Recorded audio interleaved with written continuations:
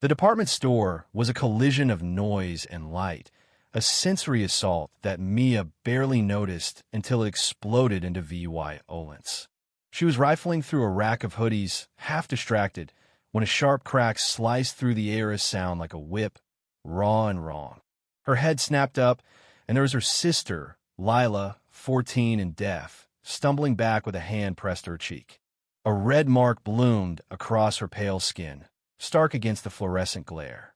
Standing over her was a woman mid-40s, platinum hair sprayed stiff, her face twisted with smug satisfaction. Mia's heart lurched, rage igniting like gasoline as she registered what had just happened. This stranger had slapped her sister, and the world seemed to tilt, narrowing to the burning need to make it right. It was supposed to be a nothing day. Mia and Lila had slipped into the sprawling store on a quiet Wednesday, their sneakers scuffing the polished floor as they wandered through aisles of clothes. For Mia, 16, it was a break from the grind of school. For Lila, it was a chance to lose herself in textures and colors. Deaf since birth, Lila moved through the world with a quiet defiance, her hearing aids tucked behind her ears, often in VY Sibyl to those who didn't care to look. She loved these outings, her fingers brushing over fabrics, her eyes bright as she hunted for something that felt alive. Mia stayed close, but gave her space, content to browse nearby, trusting Lila's independence. The store wasn't packed just a scattering of shoppers, kids tugging at parents, an employee restocking shelves. Mia hadn't noticed the woman at first. Victoria's sharp cheekbones, a tailored coat that screamed money had been lingering near the clearance racks, her manicured nails tapping impatiently against her hip. Her presence was a low hum of trouble, the kind Mia only recognized in hindsight. Lila, oddly VYS, was engrossed in a stack of sweaters, her fingers tracing the weave of a soft gray pullover. She hadn't heard Victoria's first huff, hadn't caught the clipped, "Excuse me," that followed, laced with irritation. Mia was a few feet away, flipping through a sale bin, when Victoria's voice sharpened. "I said, excuse me, young lady." The words were a blade, cutting through the store's background hum. Lila, sensing movement, turned, her brow creasing in confusion as she met Victoria's scowl. She reached for the small notebook she always carried, a lifeline for moments like this, but Victoria wasn't in the mood for patience. "Are you serious?" Victoria's laugh was brittle, her arms crossing tightly. "Ignore me like I'm in VY Sibyl? That's just rude." Her heels clicked as she stepped closer, looming over Lila, who blinked, still processing. Lila scribbled, "Quickly, I am deaf. Can I help you?" and held up the note, her expression open, but Victoria's face soured, her eyes narrowing with disbelief. "Deaf," she scoffed, loud enough to draw stares. "Oh, that's rich. You expect me to believe that? You're just playing games." Her voice dripped with contempt, pulling a small crowd of onlookers, their whispers buzzing like static. Mia was MOVYing now, her pulse hammering as she closed the distance. "She's deaf," she snapped, stepping protectively in front of Lila, her voice shaking with fury. "She didn't hear you because she can't. Back off." Victoria's gaze flicked to Mia, her lips curling. "Don't talk to me like that," she hissed. "Your sister's rude, standing there like she owns the place. Someone needs to teach her how to act." Mia's hands clenched, nails biting into her palms. "She wasn't rude. She's deaf. You don't get to treat her like garbage because you're impatient." Victoria rolled her eyes, tossing her head. If she can't handle being out in public, maybe she shouldn't be here. And then, before Mia could react, Victoria's hand shot out, striking Lila's cheek with a force that echoed like a gunshot. Lila gasped, her hand flying to her face, her eyes wide with shock. For a split second, everything froze Mia's breath, the hum of the store, the world itself. Then rage roared through her, a tidal wave that threatened to drown her restraint. "What the hell is wrong with you?" she screamed, her voice raw, shattering the stunned silence. Victoria brushed her hand against her coat, unfazed. "Maybe now she'll learn to answer when spoken to," she said, her tone smug, self-righteous.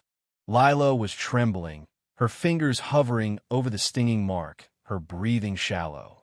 Mia wanted to lunge, to erase that smirk from Victoria's face, but a store employee, a lanky guy with a name tag reading Josh, rushed over, his face pale. "What's going on?" he asked, his eyes darting between them. Mia pointed at Victoria, her hand shaking. "She slapped my sister because she's deaf and didn't hear her." "That's what happened." Josh's jaw dropped, his gaze shifting to Lila, who clutched her notebook, her cheek red and raw. Victoria crossed her arms, her smirk unwavering. "Oh, please. It was barely a tap. She was ignoring me, and I had every right to get her attention." Lila pulled out her phone, her fingers flying across the screen. She turned it toward Josh, the words stark. "I'm deaf. I didn't hear her. She hit me." Josh read it, his expression hardening, and when he looked at Victoria, there was no mistaking his disgust. "Ma'am," he said, his voice tight, "you need to leave. Now." Victoria laughed, sharp and incredulous. "You're joking. You're siding with them?" She was rude first. "I'm the one who was disrespected." Mia's VY shone blurred with anger. "You assaulted a kid. My sister didn't do anything to you." Another employee arrived, an older woman with a walkie-talkie, her face grim as she took in the scene. She muttered something into the VYC, and within moments, 2 security guards appeared, their navy uniforms cutting through the growing crowd. Shoppers whispered, phones angled to capture the drama.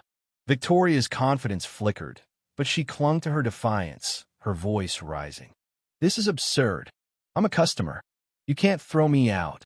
Lila stepped forward, her eyes blazing despite the tremor in her hands.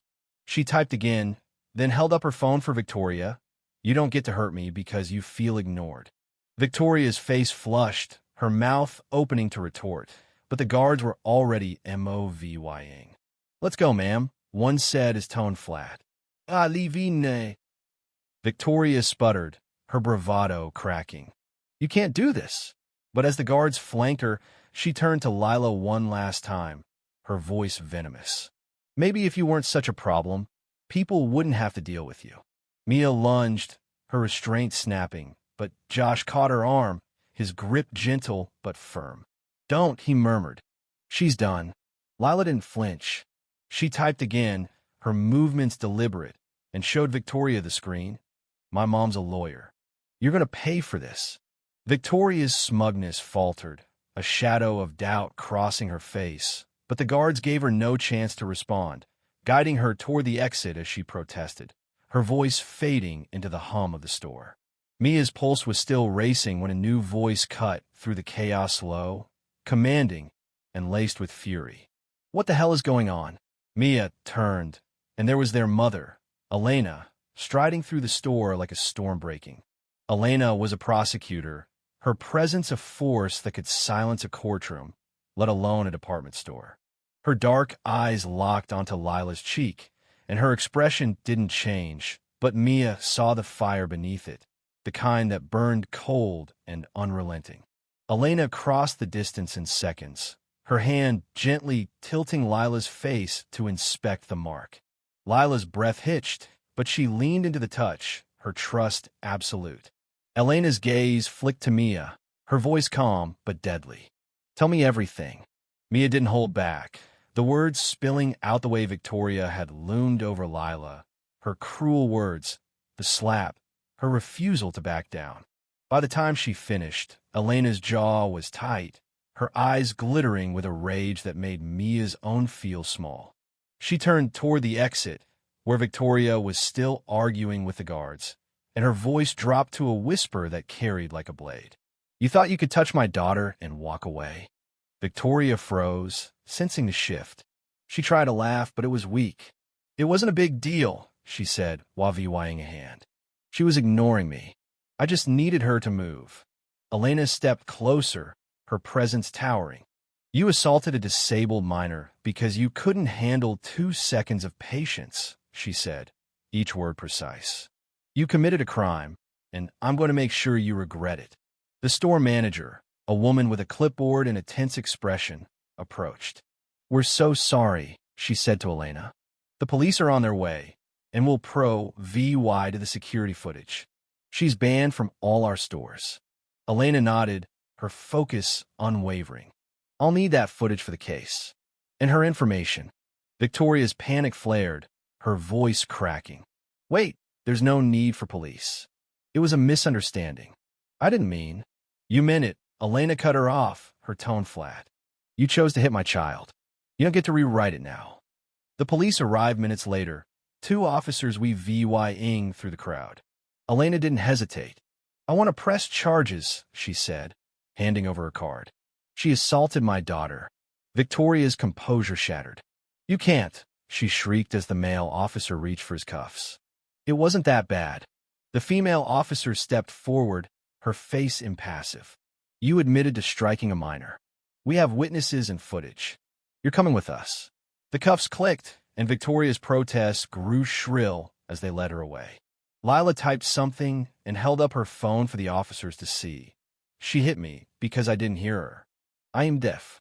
The male officer nodded, his expression softening, and they pulled Victoria through the doors, her voice fading into nothing. The store exhaled, the crowd thinning as shoppers returned to their lives. Mia's adrenaline ebbed, Leah VY-ing her shaky. Lila stood beside her, her arms wrapped around herself, the mark on her cheek a stark reminder. Elena turned to her, signing gently. Are you okay? Lila hesitated, then signed. I'm mad. It hurts. Her hand touched her chest, not her cheek. Elena pulled her into a hug, her voice low as she spoke and signed. It wasn't your fault. She's going to face consequences, I promise. The drive home was quiet, the air heavy with unspoken emotions. Lila stared out the window, her face unreadable, while Elena's hands gripped the wheel, her mind already on the legal fight ahead. Mia's thoughts churned anger at Victoria, guilt for not stopping it sooner. At home, they settled on the couch, the familiar creak grounding Mia. Elena signed to Lila, You're not small. That woman tried to make you feel less, but she's the one who lost. Lila's lips pressed together, her hands hesitating before she signed. Why do people like her think they can hurt me? Mia squeezed her hand. Because they're weak, she said fiercely. But you're not. You stood up to her. Elena nodded. She's going to regret this, Lila. I'll make sure of it. The next few days were a blur of legal steps. Elena filed charges, secured the footage, and gathered witness statements, her precision relentless. Lila was quieter, her spark dimmed, but not gone. One night, Mia found her sketching a jagged line breaking apart, with a single word beneath it, enough. What's this? Mia asked. Lila smiled, small but fierce, and signed, It's me saying I'm done letting people like her win. Mia grinned, pride sweating. She never had a chance. The court date came swiftly. Mia stayed home, unable to face Victoria again, but Elena was there, unyielding. Victoria tried to play the VY Tim, claiming stress, a misunderstanding. The EVY dense footage. Witnesses, Lila's statement left no room for lies. She was found guilty of assault, fined, sentenced to community care VYC, and marked with a permanent record. Elena came home, her satisfaction quiet but palpable. She signed to Lila, It's done. She won't hurt anyone else. Lila nodded, her spark returning. She signed good. I'm not stopping either. Mia watched her sister, seeing the strength that had always been there, now fiercer. Victoria had tried to break her, but Lila was still standing, still shining. And with Mia and Elena beside her, no one would dim her light again. If you were the one in this story, how would you react? Would you stand up and fight back, or accept the unreasonable pressure and control from the HOA? Share your thoughts in the comments below. And don't forget to subscribe, like, and share this VY Deo with more people. Your small action gives us the motivation to keep bringing you more intense and engaging stories. Thanks for watching, and we'll see you in the next VY Deo.